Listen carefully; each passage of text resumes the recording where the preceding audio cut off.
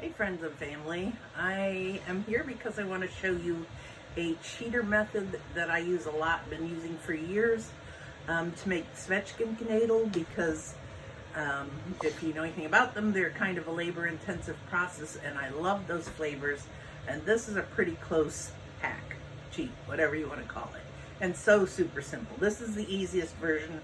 I do have one other version. I'll try to remind you at the end what that is. But let's get started.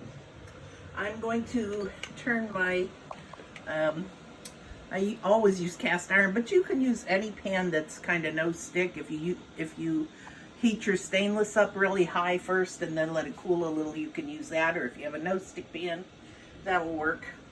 This one's still kind of hot because we just did a trial run, but you need to get that up to heat. And then I use a mixture of probably about maybe two and a half tablespoons of butter and some vegetable oil. And I like to use avocado oil because it has no flavor and it's a nice light oil. Okay, my water is up to boil there. All right, I don't know exactly how much oil that was. It's probably close to the amount of the butter. And I'm gonna show you how you know when it's enough. So when I add my breadcrumbs, I'm gonna do that now.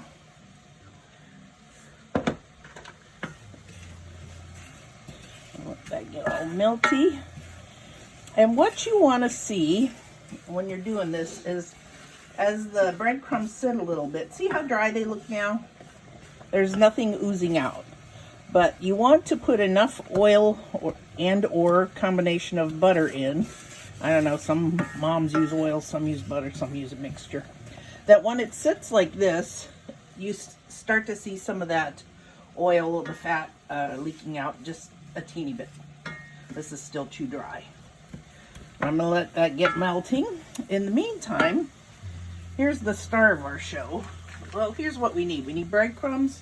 We need this plum jelly. I'll talk to you about that in a minute. We need salt. We need butter, oil, a little bit of sugar. And we need gnocchi. Gnocchi are a very similar dough to Zwetschgen Knödel dough.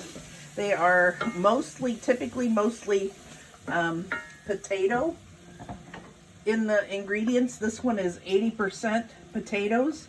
So that's a really good one to use. If you can find 80 or above, you're good. All right, look in here. Now, do you see how that, when I stir this, as soon as I leave it alone, some of that fat is coming out. Good to go. So you let these brown a little bit. I'm going to turn this down before they burn. Just a little bit, and there will be residual heat in my pan too. All right, I'm going to drop these things here, these gnocchi, so that they start to cook. They take like 2 minutes. It's so fast. Literally, you can do this whole thing in 6-7 minutes, start to finish. All right, we got those in, and I'll turn my timer on. I got a 2-minute timer up there. Ah! They're trying to burn on me. You get them off the heat quick and stir, stir, stir, stir. Try and get them away from the center of the, if you ever do that, get them away from the center of your pot because that's where most of the heat is. All right. Get that little bit out. So that's kind of dark. All right, see how they're getting nice and brown and toasty now, and I don't even have them on the heat anymore. So that's good. And give these a stir.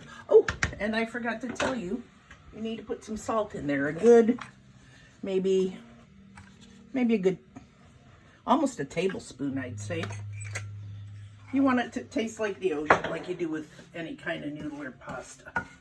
And the other thing you want to do is put just a little bit of salt, a small sprinkle, it's like a pinch, in with your crumbs. It was a good pinch. Okay, I'm going to keep those off that bottom so that they don't get any browner. All right, and our timer is going for the gnocchi. That takes about 2 minutes. I'll let that boil a little bit. So this jelly, I can tell by the color that it's very likely made from the kind of plums we use for Zwetschgen Knödel, which is, I think they're called prune plums or Italian plums. But that's what you want to look for, that darker plum jelly. Oh, it doesn't say on here. I'll try and put a picture on the post. It's also called Bovidel in some German communities. That's what our ancestors called it sometimes.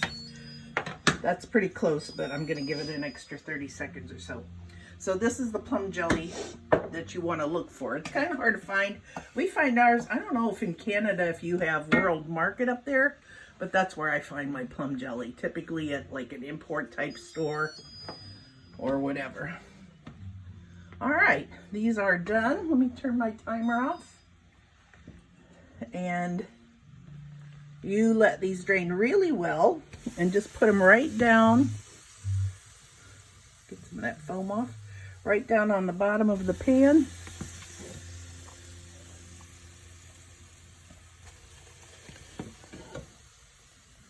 Get them off there so they stop foaming and I can see what I'm doing.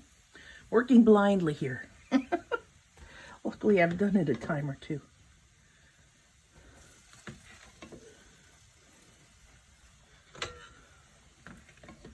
All right, got almost all of them.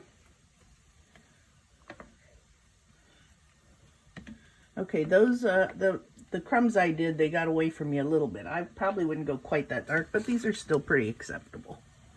But if you're doing them yourself, don't go quite as dark as I did. So now all you're going to do is lightly roll these in those crumbs. And it tastes just almost identical to the Zwetschgen Knödel dough. It's just a wonderful, easy, you get the taste of home cheat for very little work. Ooh, lost one. Slippery sucker. Okay, there we go. Now, when my family eats them, they always like to top them with a little bit of sugar. So, put yourself some in a bowl. Put a little sprinkle of sugar over them. However much you like. Get yourself a spoonful of the jelly. And just put it right on the side. If you want, you can do an extra step. Put some water in with that jelly. Pop it in the microwave. And then heat it up good till it's runny. And just pour it over the whole thing. You can do that. Or you can do it the easy peasy way. I like easy peasy. Get a little bit of jelly and a little bit of gnocchi and Mahlzeit. Enjoy.